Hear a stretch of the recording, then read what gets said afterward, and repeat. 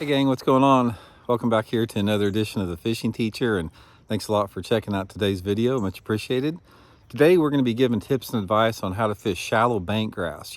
If you bank grass like gator grass, water willows, any type of flooded grass, shallow milfoil, shallow hydrilla, basically just grass that's up against the bank and shallow. So it's a really good type of cover to fish, especially in the summertime. So we're going to give you guys some advice on that. So real quick, guys, I just want to remind everybody out there, anybody interested in booking an on-the-water lesson with me, you can do that by just shooting me a private message on my Facebook page, Randy Blockett, Professional Angler, and I can give you the details on that and go over any technique or thing you want to go over to one-on-one with on the water. So much appreciated there.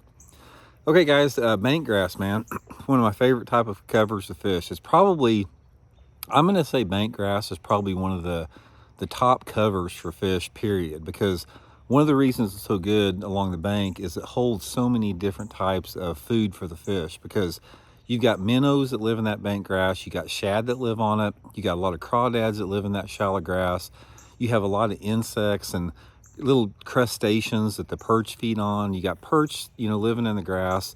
It's just frogs stay on top of it. If it's thick enough, see frogs. You'll see little water snakes up there. It's sort of like a buffet for the fish. On top of the fact that it draws in a lot of food for the fish, it's also really good cover based upon the type of grass that you have, the density of it.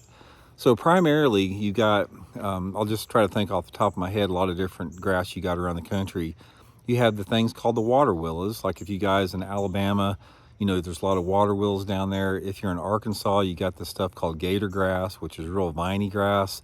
You got a big mix of grasses if you guys live down in Florida, that type of area.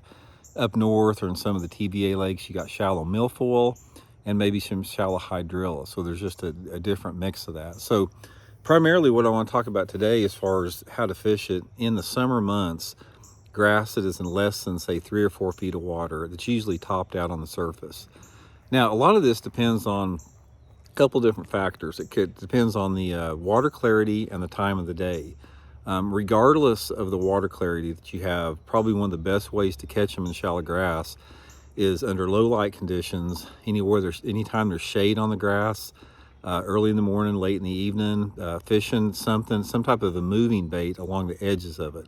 I like to cast like a chatterbait or a spinnerbait, maybe some type of a topwater, a buzz bait, something like that, right along the edge of the grass in that shade.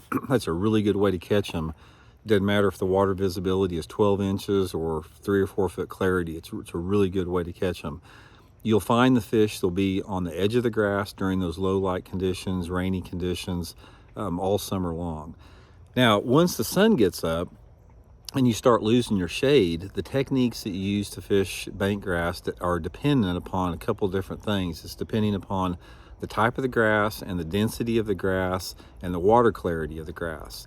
Now, for example, if you're fishing water willows, which are like these little green stems of grass that are growing straight up, some of the times I like to pitch and flip a jig or a Texas rig worm or creature bait, back into the grass. I'll try to get back in there as far as I can, because those areas are normally not having holes in them.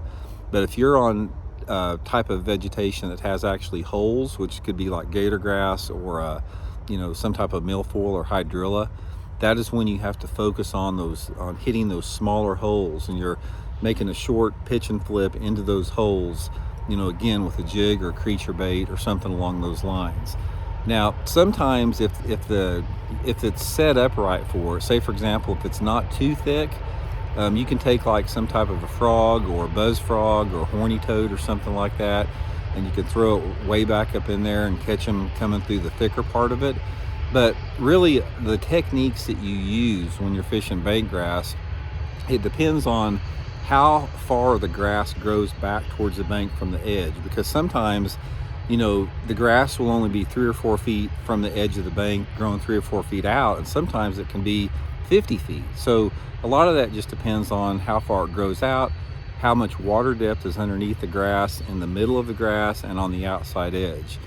But the thing to remember with that is those fish will live in different parts of that grass bed based upon that combination, the combination of the density, the water clarity, the water depth, water visibility. All that will play a part in it.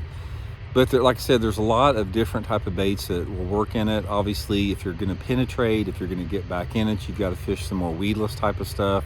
And if you're fishing on the edges, you can fish a little bit more open stuff. But give it a try, guys. Don't pass it up. There's not really one place that's better than others. Obviously, anytime that a grass makes a little point is going to be better. But for the most part, you're going to find bank grass sort of back in the major creek arms. This is where the grass grows a lot, where you got flatter banks, you know, a little bit shallower water. That's where you need to look for it. But it's one of my favorite type of covers to fish. Don't pass it up. It'll get some good fish in the boat for you. So see y'all next time.